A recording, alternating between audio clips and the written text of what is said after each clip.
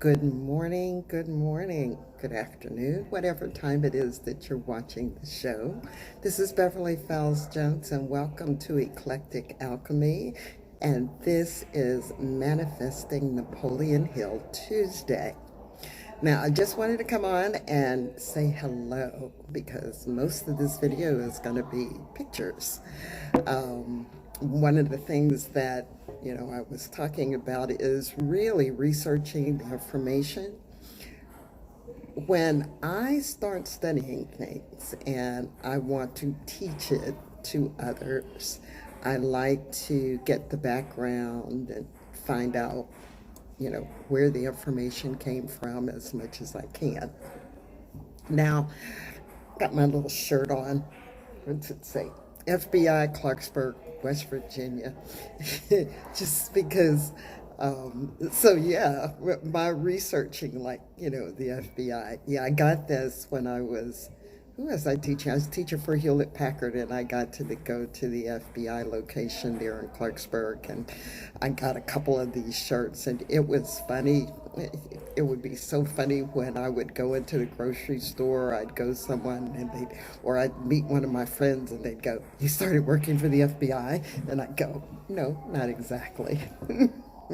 But it's fun. But I had to mention that with the idea of me doing research. So today, as promised, I am going to be talking about Edwin C. Barnes. And in chapter 1 of Napoleon Hill's Think and Grow Rich, he starts it out with this awesome story. I mean, this story about this guy that had this burning desire, this overwhelming desire, and he followed that desire. So I was talking to a friend of mine about doing the master class on Think and Grow Rich, and she says, "Well, I tried to read Think and Grow Rich, but he just always telling all these stories." And I go, yes, there's a reason for telling stories, because you can see in what someone else is doing how well that concept that he's trying to teach is going. So he's teaching the initial concept here in the very beginning of chapter 1, the introduction. And he starts it out with Edwin C. Barnes. Now, Barnes was this excellent example. Again, another thing, burning desire, but determination, perseverance, and tenacity. And you want to bring these things into your life. And I've struggled with all three of them, determination, perseverance, and tenacity, because like everyone, I find myself going, there's 50 million people out here teaching Napoleon Hill, or people's read the book, but what can you add to it? And then I go, but just by talking with her about why Napoleon Hill added these stories to the book, she went, so if I can help you go, oh, I didn't realize that, then I've done my job. And then I can do determination, perseverance, and tenacity.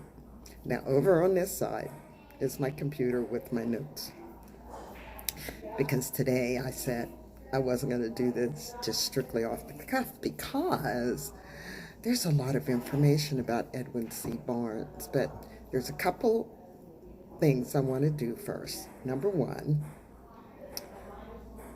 can't thank Napoleon Hill in person, but it was a brilliant idea to start that. Just like I talked about last week, how it was a brilliant idea in his preface to get us all excited about the secret inside the book.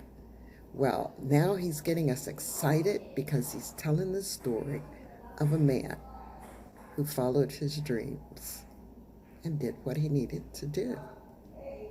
And then I want to thank Robert Drucker. Now, Robert Drucker did more research on Edwin C. Barnes. And it was on his blog, and his blog is entitled bridge2strength.com. And that's where I take most of my article from. So take the time and the few minutes, because this is going to be about probably a little longer than 10 minutes, and listen to the story of Edwin C. Barnes and see if it gives you the hope that your burning desire can come true, that it gives you perseverance in what you want to deal with, tenacity to not let anything stop you in what you want. And all of that is wrapped up in this determination. And one of the things you have to do is, why are you doing this? What reason do you have to continue on your course? So let's get started. So, one of the greatest things that I think Napoleon Hill did in this very first chapter was give it an interesting name. I mean, even though it was the introduction, he said the man who thought his way into partnership with Thomas A. Edison. Now, thoughts are things. Wallace Wattles has said it in The Science of Getting Rich. Napoleon Hill re-says it, in quotes, in this very first paragraph. And he said, thoughts and things, and powerful things at that, when they are mixed with definiteness of purpose, persistence, and a burning desire for their translation into riches or other material objects. And he begins the story of Edwin C. Barnes. And he prefaces it by saying that he had a burning desire to become a business associate of Thomas Edison. Now, what is it that you really want to do? What is it that you desire to happen in your life? Do you have a burning desire to have that happen for you? Well, in 1905, Edwin C. Barnes was poor. I mean, he was poor.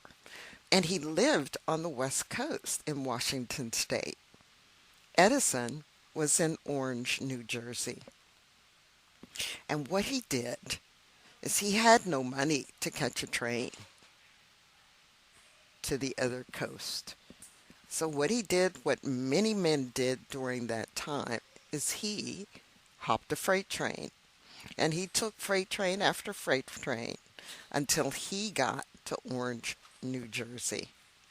Now, can you imagine this man has been riding a freight train, and I don't know if there was public bathrooms or whatever where he could wash up and get cleaned up, but imagine he was poor and he was poorly dressed. He was, you know, just imagine a homeless person coming to your door and saying to you, I want to go into business with you. What would you think? Now, let's say that homeless person had had a shower that day and had gotten cleaned up, but their desire to be part of you and your organization was so great, and that they knew that they somehow could be helpful to you, and they knocked on your door. What would you think? Well, you know that it was possible that, you know, Edison looked at this guy like, are you out of your mind? He said, but there were people around him, um, of his staff, that laughed. And basically, they probably had a really belly laugh, like, who do you think you are? You know how people will look down on somebody else? Well, Edison did not laugh because he saw someone who had the determination and the gall to come to his place and tell him, I want to go into business with you. He was impressed by him.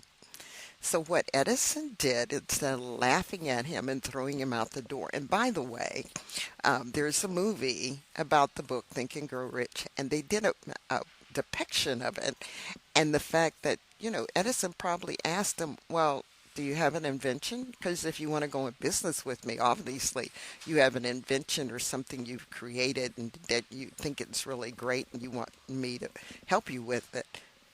Barnes didn't have any of that. He had no invention. He didn't come looking for a handout. So what happened is Edison gave him a job. He gave him an opportunity to work with him as a floor sweeper.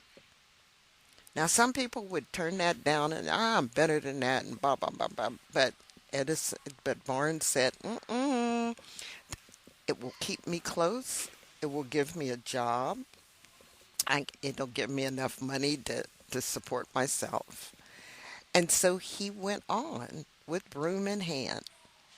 Now he was given a chance of a lifetime because he was there, right? And he knew that by taking that offer, sweeping floors, he said he was willing to do anything in order to go into business with him. And Barnes did. He swept floors and he did the things, whatever Edison had him do, he did it, right? He did his best. He never backed down from his goal, though, of having a partnership with this person. And as time went by, Barnes kept saying there'll be an opportunity, there'll be an opportunity. And he was learning what made Edison tick. And he was looking for opportunities that he could provide something to Edison. Now, a lot of people would quit after a few months if they didn't see an opportunity. A lot of people would have gone somewhere else. But he seized every moment and he learned while he was going along. Well, about 2 years in came Barnes's opportunity and he jumped right on it. What was going on is that Edison was ready to take his dictating machine, a recorder of voices. Today, I'm recording on a computer, but back then the idea of a dictating machine was awesome. When I first worked for IBM, when I first started there, they had a dictating machine. It was different, but it was still a dictating machine with disks, and managers would record their information and then they'd give it to the secretaries to type. So the voice was recorded on a wax cylinder. He knew that it would work, but his sales force looked at his new invention and said, are you kidding? Secretaries are a dime a dozen, and they know shorthand, and nobody's going to buy this, right? But what Barnes did is he recognized that this was an opportunity. He said he could help thousands of executives across the country if he was given a chance. So he envisioned that it would allow them to dictate any time, day or night, for later playback, right? He didn't have to have the stenographer right by his side when he was having those thoughts. How many times have you had a brilliant idea in the middle of the night and then you say, okay, I'll get to it in the morning, and then you didn't write it down and the next morning it was like gone? Okay, that's the idea that Barnes had. He said it would increase productivity, reduce costs, right? Same words we have today, and improve the profit for its users. So Barnes wasted no time of creating a marketing plan. So imagine him going back to his room that night and writing out this marketing plan for this dictating machine. Took that plan to Edison, and he sold him on the desire to market and distribute his recording devices across America. See, his sales team said, "No, we don't think it'll sell. We'll try." But when somebody says we'll try, it doesn't really go, right? So he agreed to give him the rights, exclusive rights, to sell and distribute this new voice machine in Chicago and surrounding area. Okay? Now, here's the deal. Now remember, burning desire, he had tenacity and perseverance. And he knew how this machine could be sold. Within months of securing that agreement with Edison, he sold thousands of talking machines. Sales had grown so rapidly, he established his own firm, the Edwin C Barnes and Brothers, to keep up with and grow the sales of Edison's products. Now, I didn't see anywhere that he had brothers, but I'm going to assume that he did because that's what he named it, right? But he also was very, oh, the word I want to use is he was very smart. The word in the article is adept at judging, selecting, and managing people.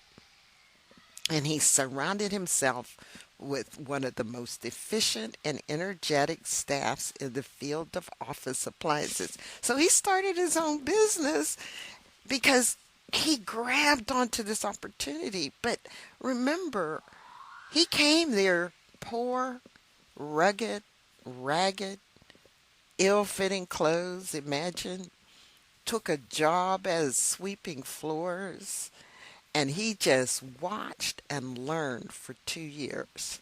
And when his opportunity showed up, he said, I got this, right? And so the key is, even though he had an overwhelming success selling those machines in the Chicago area, he sought to control an even larger market. All right, so he got it here. Hey, I've gotten it down to a science here in the Chicago area, right? So now he wanted even larger market. So he had an insatiable appetite for adding additional responsibility and rendering the best service he could, both for his employer, Edison, and his customers. Now, Edison wasn't really his employer, but his partner.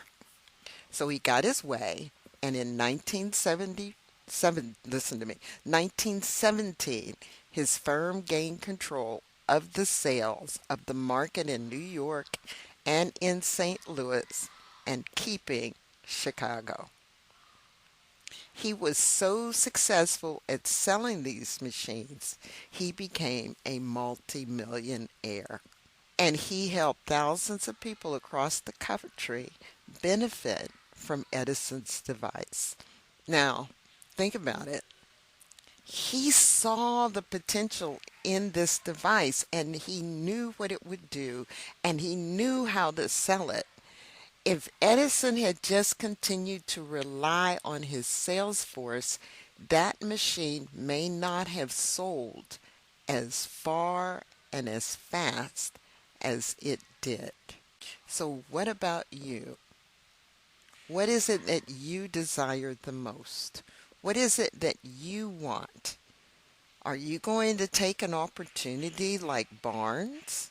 I mean, it got to the point that the advertisement said, made by Edison, sold by Barnes. Barnes was a smart man. Poverty did not stop him. Poverty should not stop you. Take an example from Barnes, who went after what he desired, waited for the right time, learned while he was waiting in those 2 years, and found his opportunity and seized it. And then by determination, going out, working long hours, talking to the right people, getting in and selling and training his own salesmen and giving top service. Remember, he gave top service. He helped them understand the benefit of having this machine. So you can use all of those examples in that very first story in the book, Think and Grow Rich. Hope you enjoyed this information today, and be sure to subscribe, click the bell to be notified of when I upload another video, and I wish you well. Get the book if you don't have it. That's the 1937 version of Think and Grow Rich. And down below, I have the link for the masterclass that's coming up in September. Take care, and I'll see you in the next video.